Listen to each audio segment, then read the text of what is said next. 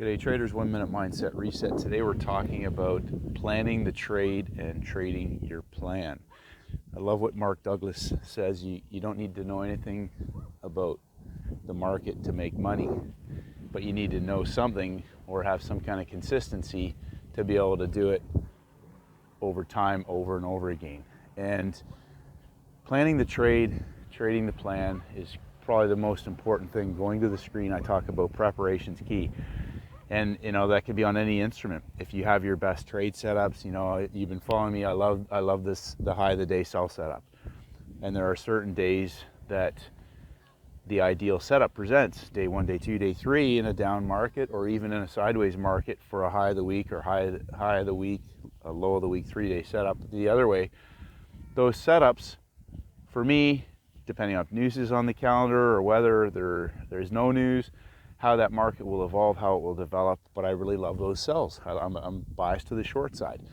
But planning the trade's really simple, especially if you're sticking to the timing window. The timing window, I talk about the 3 sessions, the 3 time blocks, and until that time block kicks in, I know that market is not potentially done putting the high in or putting the low in before the next 3-hour window kick starts. So a lot of people will often say to me, well, how do you know the high's locked in, or how do you know the low's locked in? Well, number one is time, the time of day. If the next session hasn't even started yet, I know that window is not complete, that high or low is not locked in yet. And when the next window kicks in, what I want to see is that they violate that high if it's not already had a 3-peak formation or some kind of major peak formation reversal in London or something, because that's what triggers other traders into the market. Payrolls is a great example. It looks like it's going to burst, it pops the high, and it looks like a coiled market that's ready to explode. And then in the next 15-minute bar, all of a sudden there's a reversal setup, double zeros, and it just proceeds to drop 75 pips, 3 levels. So little simple things, and then understanding where could this trade fail. 3 levels of drop. We're trading back into the low of the week, and there's a peak formation inside of a peak formation. Potentially that's as far as that market may run. It's Friday night, payrolls. It may just consolidate for the entire rest of the session, which is what we saw happen on a few of the other major pairs, NASDAQ included.